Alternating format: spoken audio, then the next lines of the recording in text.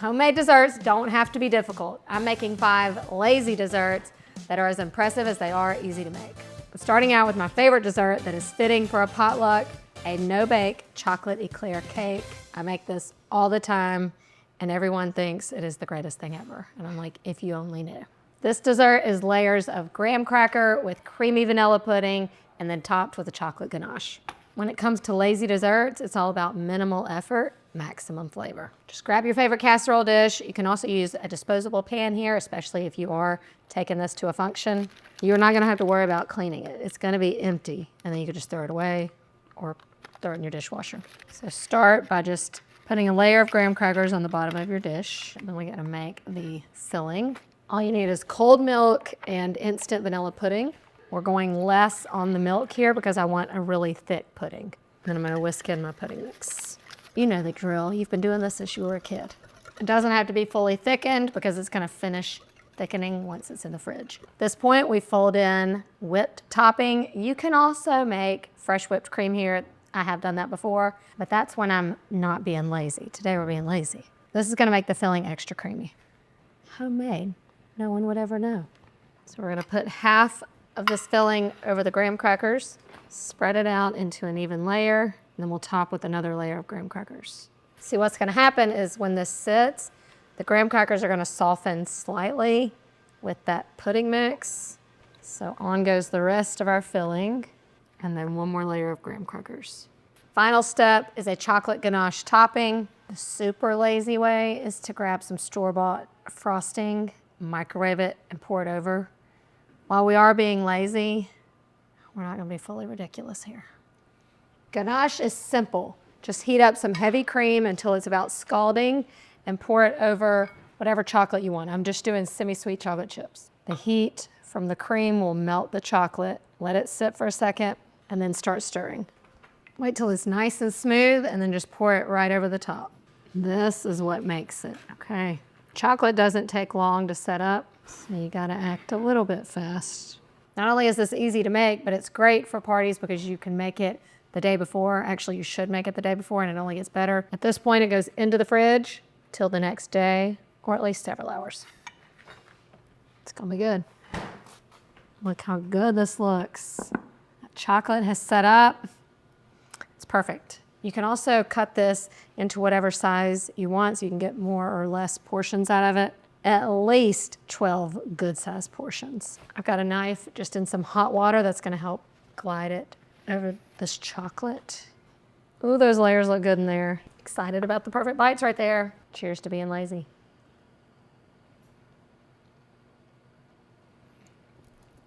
It's like the homemade chocolate makes the whole thing taste like you really went all out. You know when you make banana pudding and the vanilla wafers soften into the pudding? That's what happens with the graham crackers here, getting like cake-like when they absorb some of that vanilla custard. And it really is reminiscent of a chocolate eclair, but with about 10% of the effort. Off to a great start. How about something fruity and warm next? You know we're talking lazy if I bring out the slow cooker, and yes, you can make desserts in this thing too. We're doing 4-ingredient slow cooker peach cobbler. I'm starting with just frozen peaches. A lot of times these are better than what you might get in the grocery store because they were picked at their peak ripeness. However, if you're making this during those warm summer months, use the fresh peaches. To the peaches, I'm gonna add in some sugar. This is gonna create that syrup when it cooks. And give that a toss and let it sit for about 5 minutes. That way it'll start to bring out some of those juices from the peaches. You can see how that syrup has already started to form and kind of glaze these peaches. That was the hardest part. Dump this juicy sweetness right into the slow cooker. And these peaches are really gonna cook down and they're gonna get extra juicy as they cook also, but you want that syrupy goodness when you have a cobbler to pour over the top at the end. It's very much like a dump cake. After this part, you just sprinkle over a whole pack of cake mix. I'm using a white cake mix. You could also do a yellow mix here. And just sprinkle it over evenly. Don't stir it. If I didn't mention this, you wanna make sure the slow cooker is greased with some cooking spray first. And kind of just spread it around evenly. And now for the good part. A whole stick of butter. You just want to take a stick of butter and slice it and just place the butter pats right over the top. I'm adding 1 stick of Land O'Lakes butter. I'm doing salted butter because I like the salty sweet, but you could also use unsalted here. In case you couldn't tell, I like butter. And then just place these over the top. As this slow cooks, that butter is gonna melt into that cake mix and make the best crust ever. That's it. Then we just pop the top on. We're gonna cook this on high for about 3.5 hours, and then when it's done, you wanna let it sit in here for about 15 minutes or so that it kind of comes back together before you serve it. It is cobbler time. Why is this here? Because during the last hour or so of baking, you're going to accumulate a lot of moisture on the top of your slow cooker lid, and that drips down. It kind of makes for a soggy top. So you can put a kitchen towel or a paper towel, but this will catch some of that moisture before it lands on your cobbler. Voila, smells so good. I mean, we didn't have to do anything to make this dessert, and it's cheaper and easier than buying store-bought. You can see it's still piping hot. We want to let it sit for about 15 minutes just to kind of come together a little more before we dig in.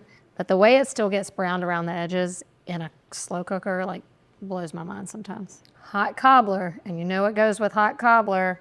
Cold ice cream. But look how the edges got toasty. That syrup, the juice from just the peaches and sugar, thickened thanks to the cake mix. Let it do its thing. It's one of my favorite perfect bites ever. Ah, so good. I don't care if you don't call this homemade. It's one of the best cobblers. I'm telling you, dump cakes and cobblers like this, it is all about the magic the butter gives it on the top. It melts into the cake mix and makes the perfect crust because it's sweet and salty. A++. Plus.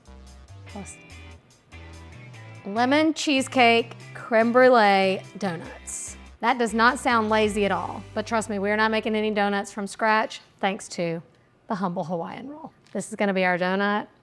We got a couple shortcuts along the way, which makes this a lazy dessert. But this is the one that no one would ever think is lazy. I'm gonna start just by separating my rolls. We're gonna toast these with butter.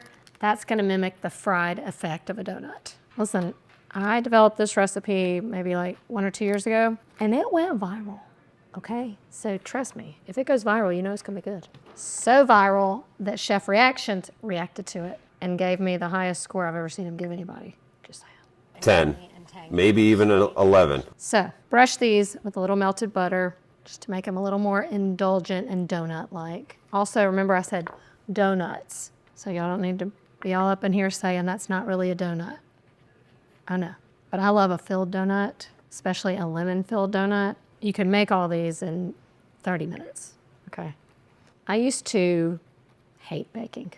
If you've been with me for a while, you know that. Then I discovered shortcuts to making delicious desserts that don't have to be, you know, measured so accurately with a scale and stuff. You can just wing it a lot of times. But these desserts are all better than picking up something at the grocery store. Those have been sitting there for a while. They're never as good. They never taste as fresh. So even though we're using a couple shortcuts, they're still gonna taste freshly homemade. Okay, these just go into the oven 350 degrees for 5 minutes. And 5 minutes is all it takes, well, it doesn't even take that long, to make the filling for the donuts. Thanks to another store-bought shortcut, pre-made cheesecake filling. It's a good invention. However, if you can't find the pre-made cheesecake filling, you can just simply mix some cream cheese and sugar for this part. To the cheesecake filling, go in with about 1/4 cup of store-bought lemon curd and a little fresh lemon zest. This is a good tip whenever you see me do things that have like a shortcut ingredient or a store-bought ingredient. I always like to add something fresh, whether it be a fresh herb or maybe some fresh lemon zest, and that kind of takes out that stale store-bought taste, freshens it up. Stir this together and then put it into a piping bag or a Ziploc bag. Oh, wish you could smell it, just that little bit of lemon zest. I mean, if you don't have a piping bag or a Ziploc bag, you can simply spoon it with a small spoon into the rolls later, but this really helps make it easier because you can just stick the tip right in and fill up the donut. Part 1 of this dessert is almost done. Filling and the donuts are ready, and then we turn it into creme brulee. Even just toasting these with butter heightens a Hawaiian roll. When they're cool enough to handle, take your toasted donut with a small paring knife, just make a little incision in there to where we can get that filling in. Then make a small cut in the bottom of the bag, then into our pre-cut on a hole in there, pipe it in, just like that. You can feel that it's in there. It gets heavier. These are small. You don't need a ton in there. You could do this step ahead of time, even the day before, and just keep them in the fridge. When you eat creme brulee, what makes it so special is that kind of crunchy caramelized sugar on top. Usually it is sugar that has been, lit by a fire. We're not doing that. We're gonna make our own kind of candied topping. All you need is sugar and water. And we're just gonna cook this until it turns a light caramel color. So just bring this to a simmer. You wanna stir it occasionally and let it cook until it's light brown color, about 10 minutes. You can see it's like just a light amber color. That means it's gonna harden when it cools, and that's what we want. You never wanna stir it too much, but we are there. So we're gonna take it off the heat. Now comes the important part, so pay attention. Now let me tell you, this is hot as you know what. So you have to do this very carefully. Take your filled donuts and just coat the top very lightly. Let the excess drip off and then place it on a wire rack. Don't get it on your fingers. Listen, you can charge good money for these. This is that kind of donut you could also serve for dessert or breakfast. I mean, it's like a restaurant quality dessert, if you ask me. All right, now you just gotta let it sit and let that sugar harden. I'm gonna add on a little more lemon zest just to let people know what's in it. Delicious, doesn't have to be difficult. Get ready for the best bite of your life. It's like glass. So delicate. Just that slight crunch on the top.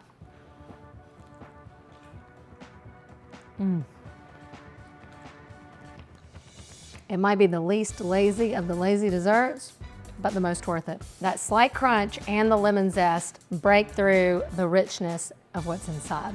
If you like a filled donut, you're gonna love this treat so much. Desserts, but make it a dip, you know I'm here for that. I'm making the popular Brickle Dip. There have been lots of versions and lots of names for this, but it's all the same thing. And what's good about this recipe is you can double, triple, quadruple it. It's just as easy to make. Starts with a block of cream cheese. To the cream cheese, brown sugar and white sugar, and a little splash of vanilla. Then you just blend this until it's nice and creamy. Cheesecake really is my favorite dessert, and you know dips are my favorite food, so I don't lie when I say this is amazing. Just want to get some of that sugar dissolved. I know I said it's one of the easiest, but it's also one of the fastest. Then in goes the brickle. Brickle is just simply toffee bits. We're gonna put half in here, and then we're gonna put some on top. See how you're gonna get creamy and crunchy in one bite. And lickety split, it's done. You could serve it right away, or I think it's better if you let it refrigerate for a while. Just add it to whatever you wanna serve it in. I mean, we're done, but we're not done, because you gotta top it. I love a no-bake situation.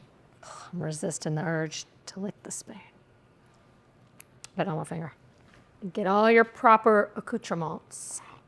All right, and then you top it with more of your brickle, some little mini chocolate chips, a drizzle of caramel, and then I love salted caramel, so I'm also gonna go in with a little flaky salt. I mean, this is a party's favorite dessert dip right here. Now, I love to serve it with apples, specifically Granny Smith apples, because you're gonna get that, you've been at the fair and you got a candy apple, you know? Graham crackers kind of keeps with the sweetness, and then the pretzels give you the salty sweet. There's something for everybody here. I'm going in for the apple.